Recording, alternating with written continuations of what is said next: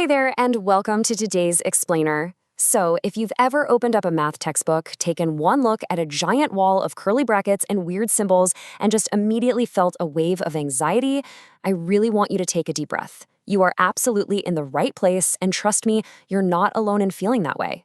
Today, we're going to treat this like you and I are just sitting down for a casual one-on-one tutoring session. We're going to master set theory together, and I promise you, by the end of this, you're going to feel totally confident. Why? Because we are focusing entirely on visual logic first. No scary formulas until you actually understand exactly why they work. Okay, let's dive right in.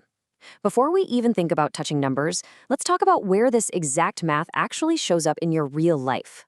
Picture your phone's data plan. Your phone is constantly tracking a set of data that you use on Wi-Fi and a totally separate set of data used on a cellular network. Or think about your favorite store. They might have a set of items on sale for 20% off and another set of clearance items. If you grab a shirt that belongs to both sets, how does the cash register know not to accidentally give you a double discount? Well, even measuring land or designing a building requires knowing where different physical spaces overlap. Set theory is literally just the mathematical language we use for sorting objects, grouping them, and figuring out how those groups interact with each other. So, here's our game plan for today. We'll kick things off with that visual logic I mentioned. Then we'll tackle an easy example on finite versus infinite sets. Next, we'll step it up to a medium example with the empty set, and then crush a hard example on combining sets. Finally, we'll wrap the whole thing up with a quick cheat sheet and a really cool surprise exam trick. All right, section 1, visual logic first and absolutely zero formulas yet. We're going to build your intuition so the math practically solves itself. Let's start with a really simple question. Think about the word India. If I asked you to create a mathematical set containing the letters of this word, how many distinct letters are there? Let's just count them out. We have I, N, D, and then, well, we see another I, and finally an A. Now, what's super important about this is the golden rule of set theory. A set is a collection of distinct objects.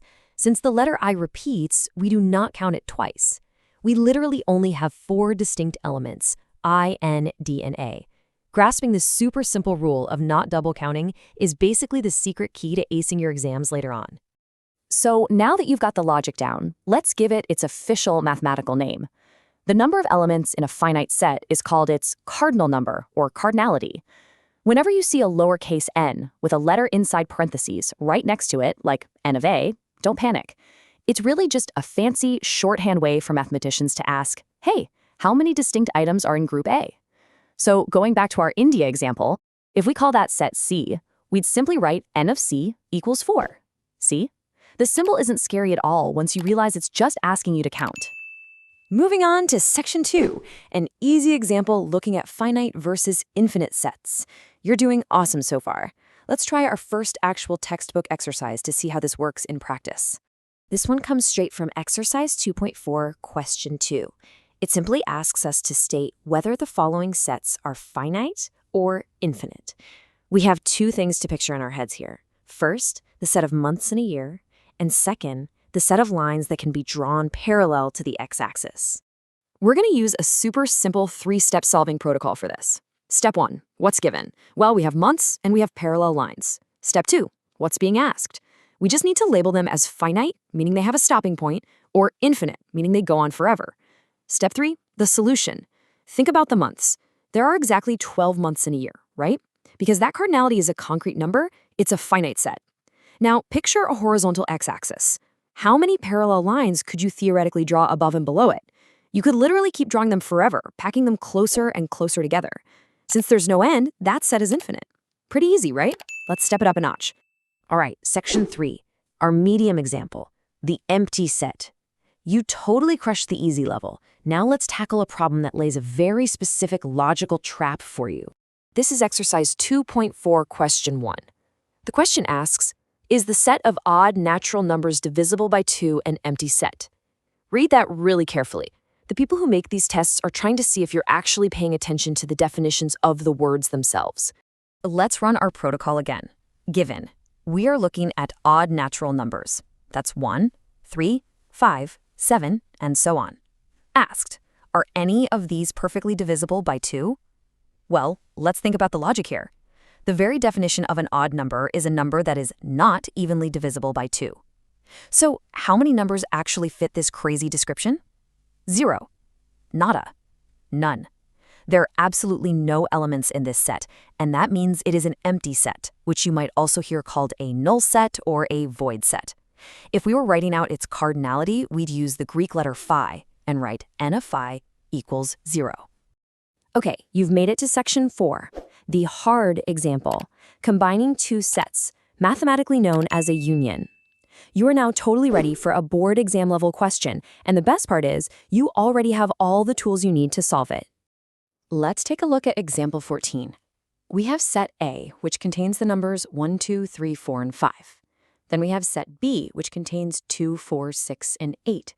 The question asks us to find the cardinality of their union, written as n of A, U, B. Now, that little U-shaped symbol, that stands for union. It's just mathematical shorthand for, hey, combine these two sets together into one big basket. Let's break it down together. Given, set A has 5 elements, so n of A equals 5. Set B has 4 elements, so n of B equals 4. Asked, find the cardinality of A union B. Now for the solution. If we physically combine these baskets, we'd write out the numbers 1, 2, 3, 4, 5. And then from basket B, we add 6 and 8. Wait a second. Why didn't I say 2 and 4 again? Remember the word India from earlier? A set only contains distinct objects. Since 2 and 4 are already sitting in our combined basket from set A, we definitely don't put them in again. If you count this newly combined, distinct list of numbers, you'll see there are exactly 7 elements. And this brings us to literally the most common mistake students make on exams. Under the pressure of a test, it is so tempting to just say, okay, n of A is 5, n of B is 4, union means combine, so 5 plus 4 is 9. No way! As we just proved using our visual logic, the answer is 7. If you blindly add the totals together, you are falling into the trap of double counting the overlap. In this case, the numbers 2 and 4. You'd be counting them once for set A and then again for set B. So please, whatever you do, never forget those overlapping elements. Finally, section 5, your cheat sheet and the surprise exam trick. We have covered a ton of ground, and you've done brilliantly. Let's lock it all in with a quick review, and then I'm giving you that cheat code I promised. Pulling straight from the summary in the text, here is your 5-point cheat sheet. Number 1, cardinality, simply the number of distinct elements in a finite set. Number 2, A union B. This means you take all elements that are in A, or in B, or in both. Just remember, don't double count. Number 3, A intersection B, that's the upside-down U symbol, means elements that are only found in both A and B. Number 4, the difference, A minus B. This means elements in A, but you take away anything that also belongs to B. And number 5, the absolute best way to make sense of all these operations is visually using Venn diagrams with overlapping circles. Now, your textbook has this think and discuss question that asks something really profound. What is the exact relation between the cardinality of A, the cardinality of B, their intersection, and their union?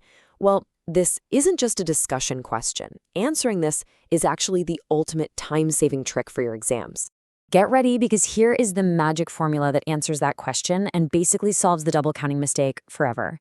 The cardinality of A union B equals the cardinality of A plus the cardinality of B minus the cardinality of their intersection.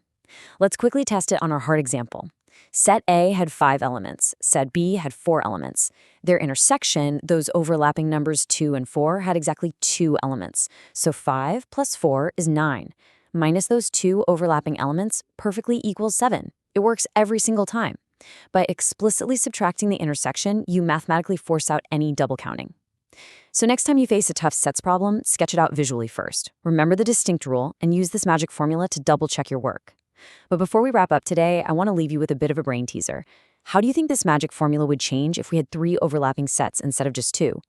Think about that. Keep practicing your visual logic, and I will see you in the next explainer.